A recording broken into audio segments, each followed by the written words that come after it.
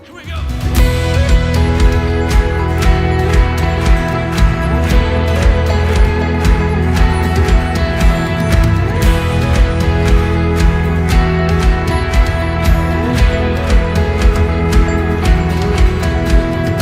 Oh, your promises are yes and amen. Every one of them is true. I will trust and put my hope in you. My life is found in you. I've got joy like a river, joy like a river in my soul. Sebelum saya membagikan firman Tuhan, pertama-tama izinkan saya menyampaikan selamat datang bagi Bapak Ibu, Saudara, is welcome yang baru pertama kali hadir beribadah bersama-sama di Every Nation Serpong. So welcome. Sungguh sukacita yang luar biasa kita bisa menyembah Tuhan bersama-sama.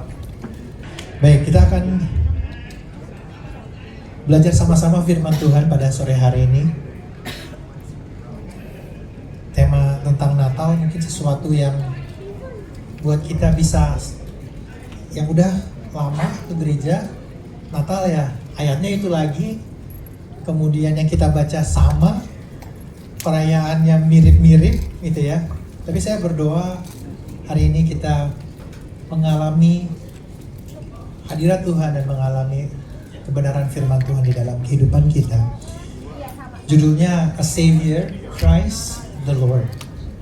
Kita akan baca sama-sama dari Lukas 2 ayat 8 sampai 14. Saya mengajak kesediaan Bapak Ibu untuk bangkit berdiri. Saya akan membacakannya bagi saudara dan kita semua. Kemudian kita akan berdoa sekali lagi. Lukas 2 ayat 8 sampai 14. Demikian firman Tuhan. Di daerah itu ada gembala-gembala yang tinggal di padang menjaga kawanan ternak mereka pada waktu malam. Tiba-tiba berdirilah seorang malaikat Tuhan di dekat mereka, dan kemuliaan Tuhan bersinar meliputi mereka, dan mereka sangat ketakutan. Lalu kata malaikat itu kepada mereka, "Jangan takut, sebab sesungguhnya aku memberitakan kepadamu kesukaan besar untuk seluruh bangsa. Hari ini telah lahir bagimu juru selamat, yaitu Kristus Tuhan di kota Daud. Dan inilah tandanya bagimu, kamu akan menjumpai seorang bayi dibungkus dengan kain lampin dan terbaring di dalam palungan."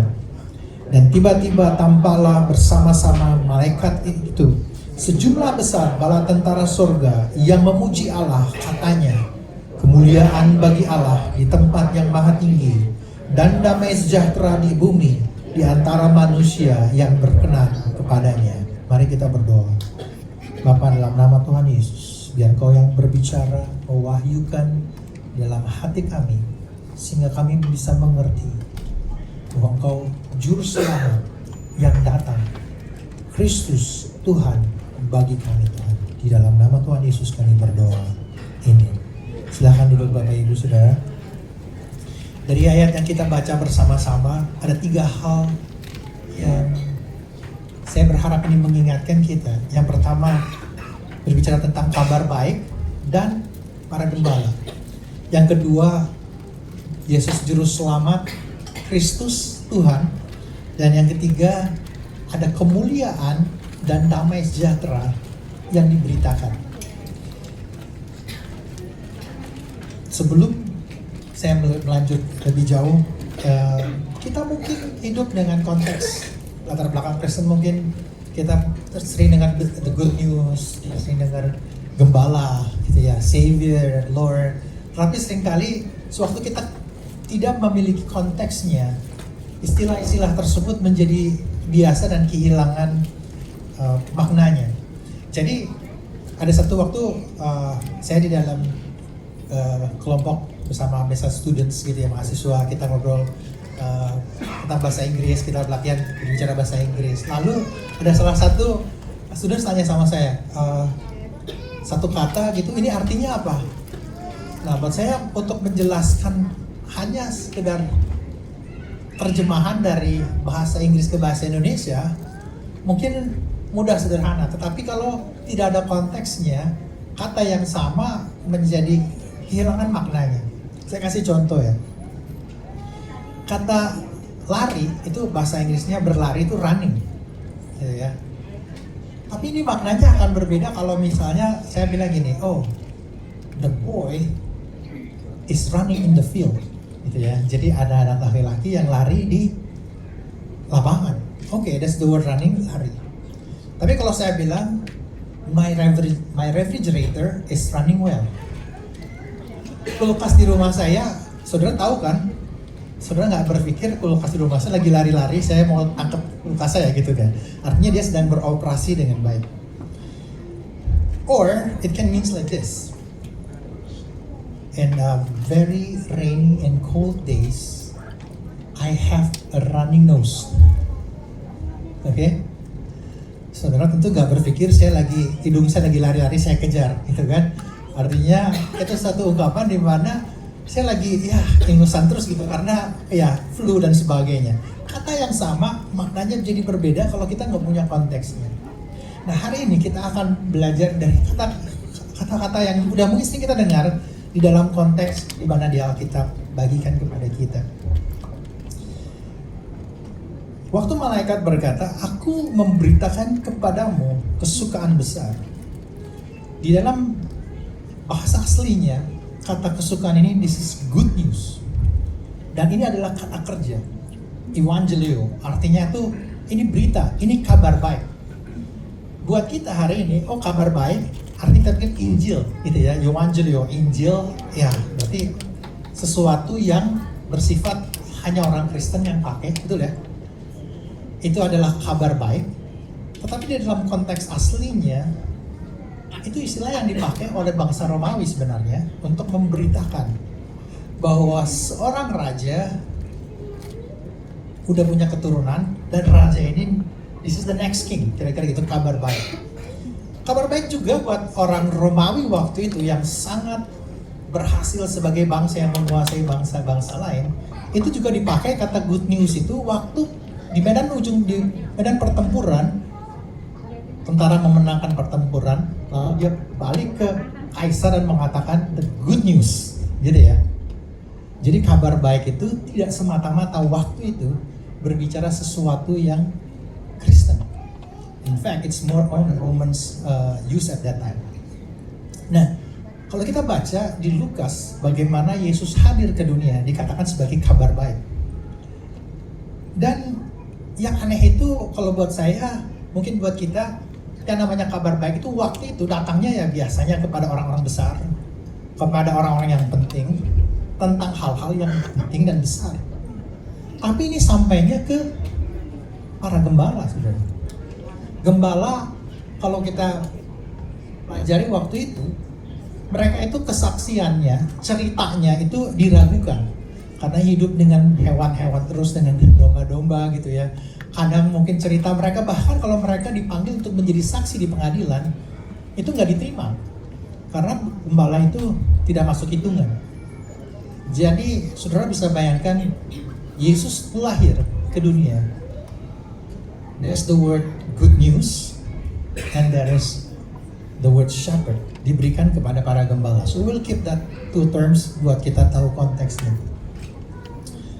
The good news buat orang Romawi waktu itu, ada satu istilah, mungkin saudara kalau belajar sejarah sama-sama, namanya the Pax Romana or the Peace of Rome, gitu ya. Yang namanya Roma will come to you, gitu kira-kira. Makanya ada istilah all road leads to Rome. Karena apa? Karena dari Roma dia akan terus makin lama makin jauh dari negara mana aja. Rome will conquer, Roma akan mengambil alih, dan Roma memberikan janji. Artinya, I'm going to come to you, saya akan datang sama kamu, I will take over you, dan kamu akan jadi bagian dari Roma, kamu akan punya, well, you're gonna have peace. Ya, artinya, kalau kamu nggak mau, ya kita perang dulu, sampai kamu nyerah, dan kamu have peace. Itu kira-kira buat Romawi. Makanya teknik penyalipan itu di bangsa Romawi, kalau kamu nggak mau menyerah langsung, kira-kira kayak gini nasibnya. Jadi Roma akan mengatakan, you will have peace my ways, gitu ya, kira-kira. Yang kedua, the Romans juga bilang, this I come to you with a promise of peace. Kemudian the Romans juga bilang, well kalau kamu jadi become the Romans, you have to follow the pathways of the Romans. Gini loh, kulturnya, gaya hidup, cara berpikir, cara kehidupan seperti bangsa Romawi, which is the people at that time. Kalau buat kita hari ini mungkin pasportnya dia warnanya yang paling aksesibel ke negara mana aja. Warga negara Romawi, kalau kita baca ya kita secara sejarah itu semua orang pengen punya warga negara Romawi. Karena apa? Karena dia nggak bisa ditangkap, dia nggak bisa disemena-menakan. Jadi everybody wanna be the Roman citizens, gitu ya. Jadi Roma mengatakan, this is the glory, the peace of Rome is peace. There's a pathway you have to follow. Tapi yang ketiga, there is a payment, ada tax yang mereka harus bayar. Kalau kita baca Alkitab, pemungut cukai cerita, artinya buat orang waktu itu, kalau kamu mau ikut Roma, kamu harus bayar pajak. Roma datang akan memberikan kamu damai, janjinya dia. Ada cara hidupnya Roma. Kemudian kamu harus bayar pajak. Buat siapa? Buat the Roman Empire, buat Kekaisaran Romawi. Sebuah janji, gaya hidup, dan pembayaran pajak yang mereka harus bayar. Dan kenyataannya Roma was the greatest country nation at the time. Ada satu kutipan dari salah satu philosopher di zamannya Romawi, di tengah-tengah masa kejayaannya, dia bilang gini, while the emperor may give peace from war on land and sea, he is unable to give peace from passion, grief, and envy. He cannot give peace of the heart for which man yearns more than ever for outward peace. Jadi di tengah semua kesuksesannya, Kaisar bisa lakukan itu, tapi dia tidak bisa memberikan damai sejahtera yang di dalam hati. Sebuah seruan yang, kalau kita boleh jujur, Roma waktu itu give that promise, memaksakan pathway-nya dan memaksakan payment system-nya buat orang-orang waktu, dan everybody, ada yang suka, ada yang nggak suka, but they just follow it. Waktu Yesus datang, I want to give you this context. Kabarnya, hari ini telah lahir bagimu Juru Selamat, Kristus, Kurios. Jadi waktu malaikat itu bilang, telah lahir bagimu Mesias, Sang Kaisar. Saudara, kalau kita tangkap ini kata Kurios, artinya yang Yesus dikatakan dia itu bukan sekedar bayi yang lahir. This is the Kurios, this is the King, this is the Messiah. Buat orang waktu itu, buat para gembala, makanya wow, ini Kaisar loh. Makanya di konteks the next verse-nya dikatakan, tandanya bagi kamu ini loh, Kaisarnya ini kamu akan temuin di dalam palungan. Saudara, buat para gembala waktu itu, pertama ini weird banget, aneh banget.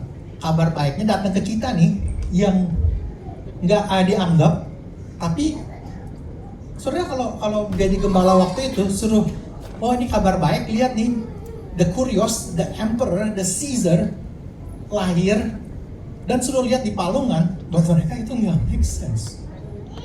Makanya dia bilang, ini tandanya bagi kamu, dan ini benar-benar Kaisar. Dan dia datang, Yesus datang dikatakan sebagai Juru Selamat. Tuhan yang datang di sini, this is the kind of emperor yang berbeda dari apa yang pernah ada. Karena apa? Karena the good news yang Yesus bawa jauh lebih besar dari apa yang Roma bisa berikan. Dan any other nations, emperor, kings, tidak ada yang bisa memberikan apa yang Yesus berikan. Well, in general, the gospel have that same similarities in some essence gitu ya. Pertama, waktu Yesus berkata, this is the good news, ini adalah kabar baik. This is the gospel of the kingdom of God. Ada janji. Janji apa? Ada janji damai sejahtera. Tadi kita bilang, ada glory, ada peace, ada kemuliaan. Ini yang berbeda. All the nations, in order for them to overcome other nations, they must have greater power. Aku harus do something bigger dari my oppressor supaya I can overcome it. Tapi Jesus bilang enggak. I'm gonna give you peace. Peace-nya Yesus enggak dengan menaklukkan, tapi dia menunjukkan damainya dengan memberikan dirinya ditaklukkan sebenarnya. Buat kita kayaknya ditaklukkan, dia menderita. It's completely different kind of peace. Yang Yesus berikan bukan damai yang di luar, tetapi yang di dalam. Kelepasan dari ketakutan, ketidakamanan dalam diri kita, itu yang Yesus berikan. This is the kind of peace yang beda. Janji yang tidak ada kaisar manapun yang bisa penuhi kecuali Yesus. Satu kedamaian di dalam hati kita. Yang kedua, the pathway yang Yesus tawarkan, yang Yesus bagikan is completely different. Karena all the pathway, you have to be greater than your oppressor so that you can overcome it. Tapi Yesus bilang, berbahagia kalau kamu mengalami ini. So it's completely different kind of pathway. Dan ketiga, the payment. Ini yang beda banget. Yesus yang bayar. Kabar baiknya ini, Yesus yang bayar for the benefits. Kalau tadi the Romans, for the benefits of Rome. Jesus yang bayar. Semua paymentnya harus dibayar for the benefits of the people who believe in. Tuhan nggak minta kita bayar untuk berguna buat Dia. Dia bayar supaya kita bisa punya hubungan dengan Dia. Waktu saya baca ini, saya renungkan. For us today, modern day people, kita mungkin tidak hidup di zaman Romawi, tetapi kita bisa berpikir bahwa diri kita is the Caesar. Bahwa I am the Lord over my life. Berapa dari kita berpikir, I'm going to work harder to get more. Hopefully I have peace. Kalau punya cukup tabungan, I can have peace. Kalau kita tidak sadar, kita bisa run after something yang kita pikir kita menjalankan. We run our life, tetapi sebenarnya kita hidup di dalam ilusi bahwa we will achieve that peace. Kenyataannya, no matter how much we achieve, tidak ada sense of peace dari luar, kecuali ada sense of peace dari Tuhan.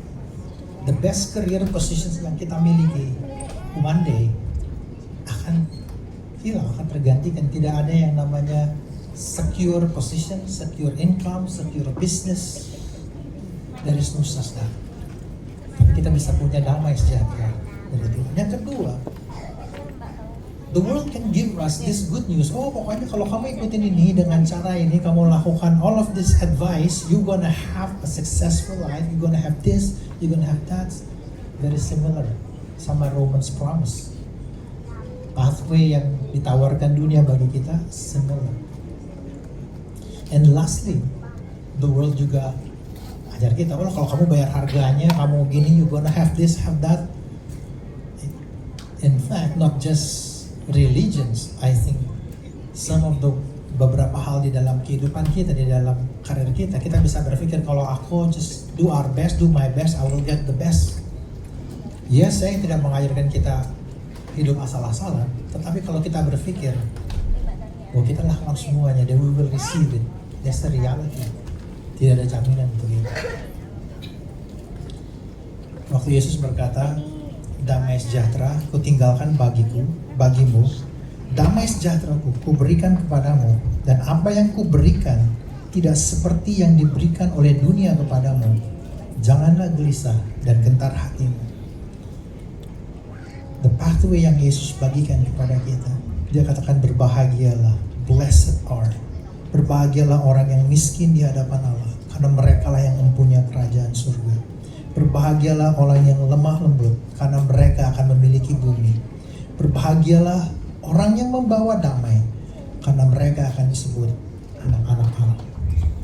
And the payment yang Yesus berikan kepada kita, dia bayar semua yang harus kita bayar di dalam kehidupan kita, supaya kita bisa punya hubungan dengan Tuhan.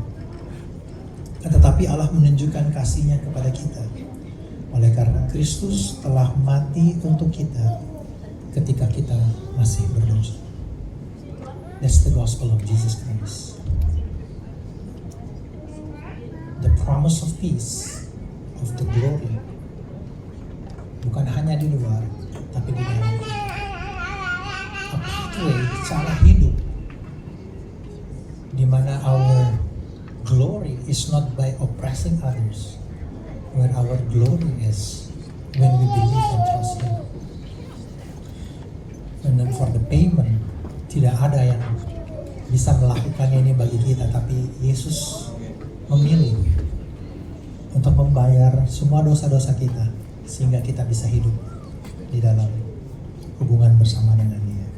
Yohanes 3 ayat 16 bilang begini, karena begitu besar kasih Allah akan dunia ini, sehingga Ia telah mengaruniakan anaknya yang tunggal, supaya setiap orang yang percaya kepadanya tidak binasa, melainkan beroleh hidup yang kekal. This is the mystery throughout the human race. Bagaimana Allah yang hidup, yang begitu besar, luar biasa, datang menjadi manusia di dalam diri Yesus Kristus.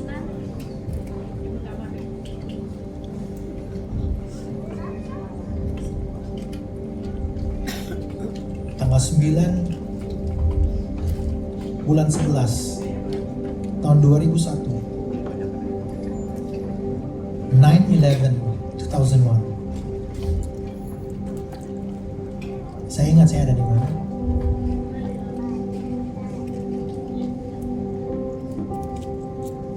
Saya lihat TV di mana Twin Tower di New York terjang oleh pesawat yang terbakar. Saya nonton, saya bilang, wah ini film apa? No, this is news. Oh, hoaxnya nggak kayak sekarang gitu ya. Tapi saya bilang, this is really news. Yes, it is news.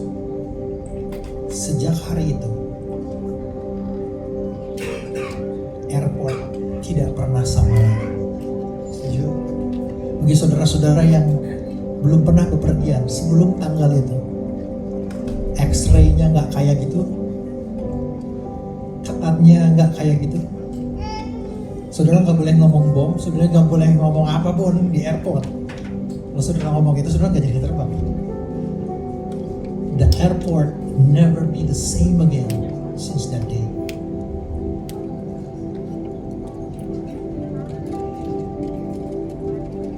The world is never be the same again karena Yesus telah hadir di dunia. Kita nggak pernah bayangin the brokenness of this world sebelum Yesus datang. Kita bisa melihat kita dikasih satu sama lain karena kemurahan, karena tanpa Yesus tanpa pengajaran yang Yesus ajarkan tentang kasih, dunia begitu just thinking about ourselves, just winning, just getting, just overcoming, that's all everything. Tapi waktu Yesus datang, no, that's not how you will overcome the world. This is how I will overcome the world. I give myself, die for you.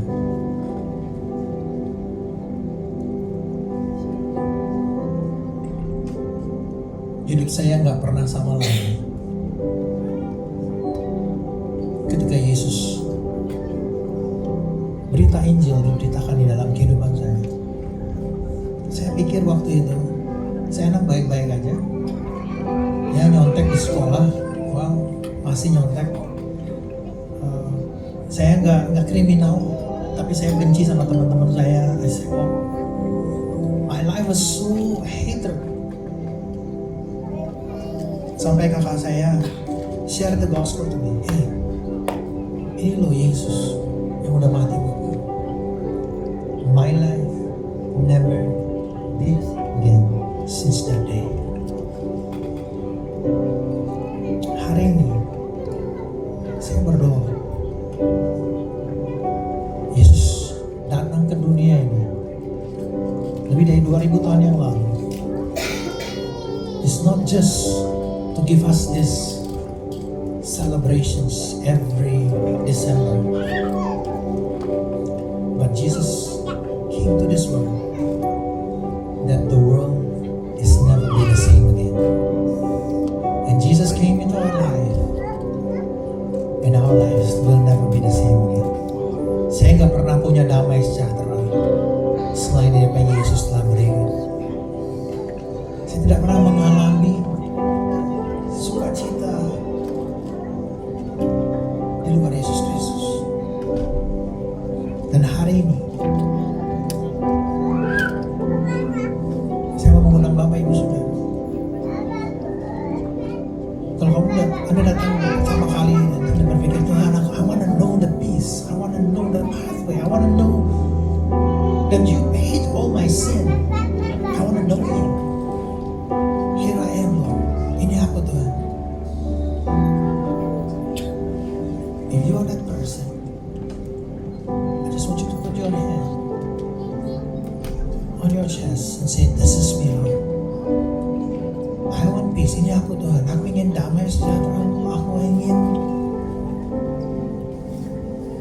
mengenal Engkau. Terima kasih, Tuhan. Thank you, Lord, for coming into my life. Thank you for coming into my heart. And this is the day that my life will never be the same again. Mari kita bangkit berdiri. Mari kita menyembah Tuhan sama-sama.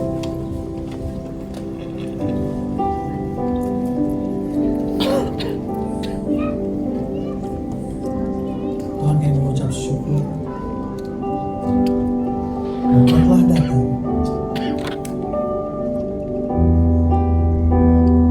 di dalam kehidupan kami once in our lifetimes. Beberapa dari kita mungkin telah merespon kebaikan Tuhan di dalam kehidupan kita.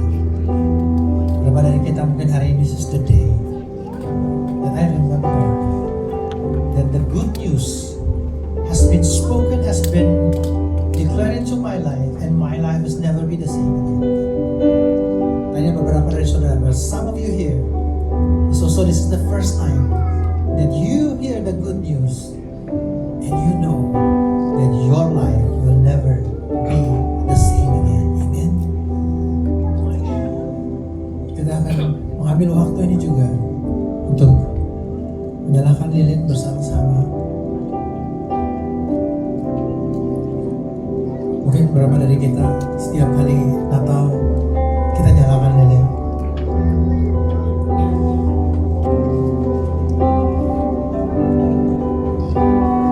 Mungkin boleh dibagikan. Waktu kita menyalakan lilin bersama-sama, ini mengingatkan kita bahwa Kristus telah datang ke dunia sehingga kita tidak harus hidup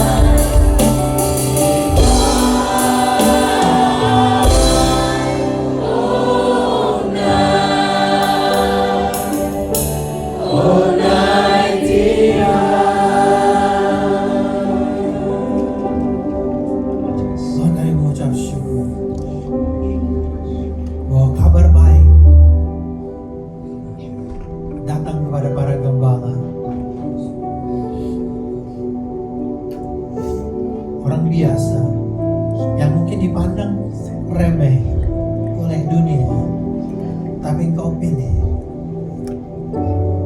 untuk menerima kabar baik dan menjadi pembawa berita kabar baik.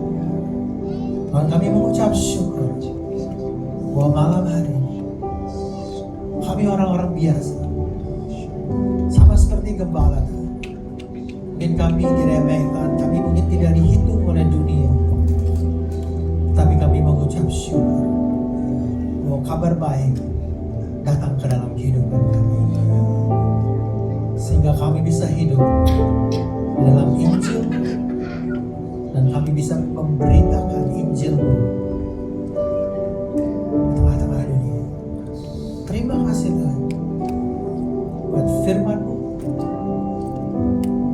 yang mengatakan bahwa Kau memanggil kami untuk menjadi terang dunia, karena terang yang sesungguhnya telah bersinar di dalam hati kami, dan kami mau terus berjalan membagikan terang-Mu di tengah-tengah dunia. Terima kasih Tuhan, Kau telah hadir di dunia ini, Kau telah hadir di dalam kehidupan kami, dan hidup kami tidak pernah sama lagi. Di dalam nama Tuhan Yesus, dan semua yang percaya berkata, Amen. Berikan sorak-sorai.